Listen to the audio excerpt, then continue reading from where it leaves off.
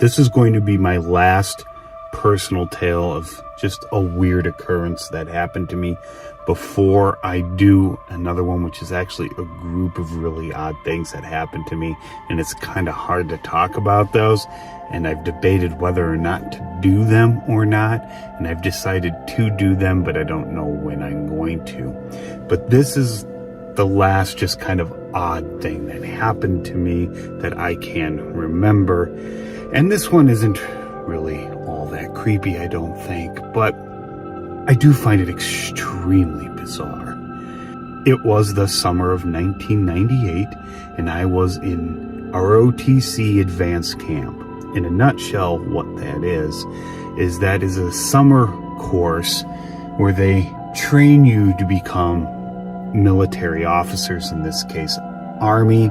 But really all it was kind of several weeks of Ranger School Light. It sucked. I have about 3 or 4 memories of it.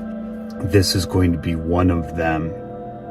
And I was prior service. I was enlisted. I was actively in the reserve still at that point. And previously that February, I had been at Fort Polk, Louisiana I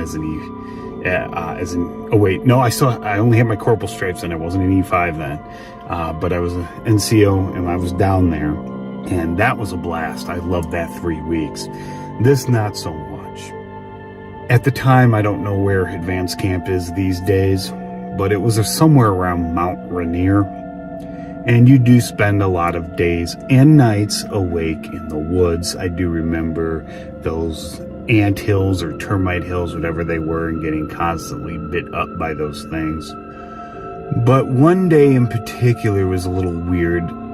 What you would do often is sometimes they would take an individual and try to test their leadership abilities by putting them into a leadership position, and then you would be given a team, and some people would go play the bad guys or the enemy, if you will.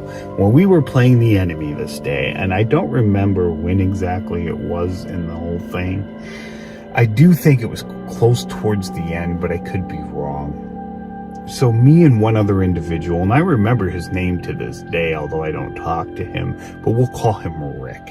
Me and him were playing snipers out in the middle of the woods in case anybody came down the trail. We were supposed to, we had our Miles gear on. I don't even know if that's still around, but we were supposed to, take them out, if you will. So we're out there, and maybe half an hour goes by, then an hour. We're keeping quiet, talking low. Eventually we decided to separate, put some space between us a little bit. Now, even though an hour had gone by, this isn't unusual. It takes a while to get things going, so we didn't think much of it.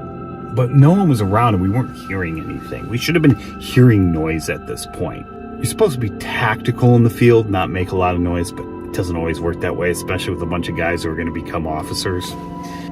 Not dinging them, as I was one for a while, but I digress. So we're out there and we're spaced, and all of a sudden this smell comes over us. I'm like, it's horrible. I don't even know how to describe it. It was pungent. I don't want to say it was rotting flesh. Rotting flesh doesn't smell like this. It was just a really bad smell, and I've never smelled anything like this before or since, and I can't even describe it.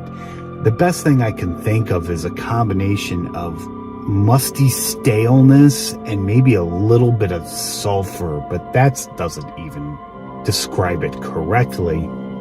But the smell wasn't all of it. We kind of just looked at each other. We didn't see any smoke or anything. It wasn't like CS gas, which actually doesn't have that much of a distinct smell or anything like that. We weren't being fake gassed or something like that. There was no smoke. It was just this odor in the air. And it was daytime, and it was a clear day, but we were in the woods, and we just kind of like snub our noses, and Rick kind of just, all of a sudden, he just kind of points, turns slightly and points, because we're still trying to be quiet.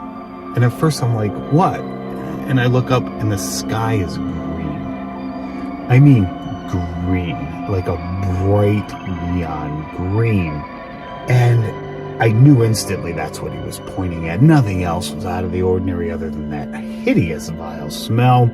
And I'd never seen a sky like that. Now, sometimes there's forest fires in the area and ash gets in the air, but it doesn't look like that, at least not that I'm aware of. And earlier in the day, it wasn't like that. The sky was blue like it was supposed to be. And like I said, this was still daytime. Although the sun was going to eventually set in a couple of hours, but it was still fully day. And this was just really baffling to us. We didn't really know what to make of it, so we kind of just came back towards one another and kind of whispered to one another, what is going on? Is this some sort of thing? Have you heard of this? Is this some sort of game they're playing? And neither of us had any clue, and I had never heard of anything like this. So we're like, okay. All right. So at this point, it'd probably been closer to an hour and a half, and still no noise. At this point, we made what's called a command decision. The two of us decided we were going back. So we put the rifles on our backs and we started to head down the trail. Now, even though we were in the woods, the stuff there is laid out pretty well. I mean, it'd be really hard for you to get lost. And we go down the one trail, then we turn, we get back on the other one, and we see the setup of the vehicle that was going to be used, and no one was there. At least we didn't see them.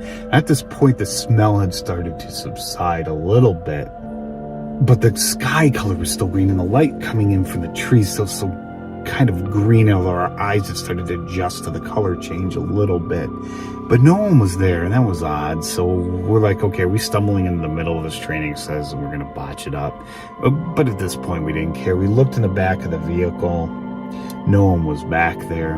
And we did start to hear stuff in the distance. And it was coming from a clearing area. It was an area where you do your after-action review, your AAR. So we figured it had happened. Nobody came by us to spring our trap, so we didn't need to. So we just kind of walked down there, and everybody was just kind of looking at us and nodded that we were back as if this was what we were supposed to do.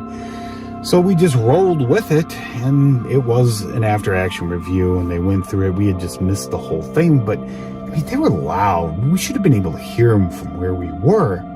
Here's the thing, that the sky at this point, once we came upon them, had turned back more of the typical color for maybe a couple of hours before sunset. So it looked normal again. And we just kind of brushed it off, and we did talk about it later that night briefly, and then we just went about our way. And, we figured that the smell was tied to the color of the sky, and it must have been local, and it must have been something. Somebody did something. But you got to remember, too, that you're sleep deprived when they do this to you. You're not in all of your faculties as it is. They intentionally do this to you. And, after you're sleep deprived for a certain amount of time, you do start to hallucinate. We did hear some odd noises when the smell and the light, but nothing that would really take our heads away from it, thinking it wasn't an animal. But when Rick mentioned it after we had gotten back, I started thinking about it and started thinking these noises kind of weren't animal-like either.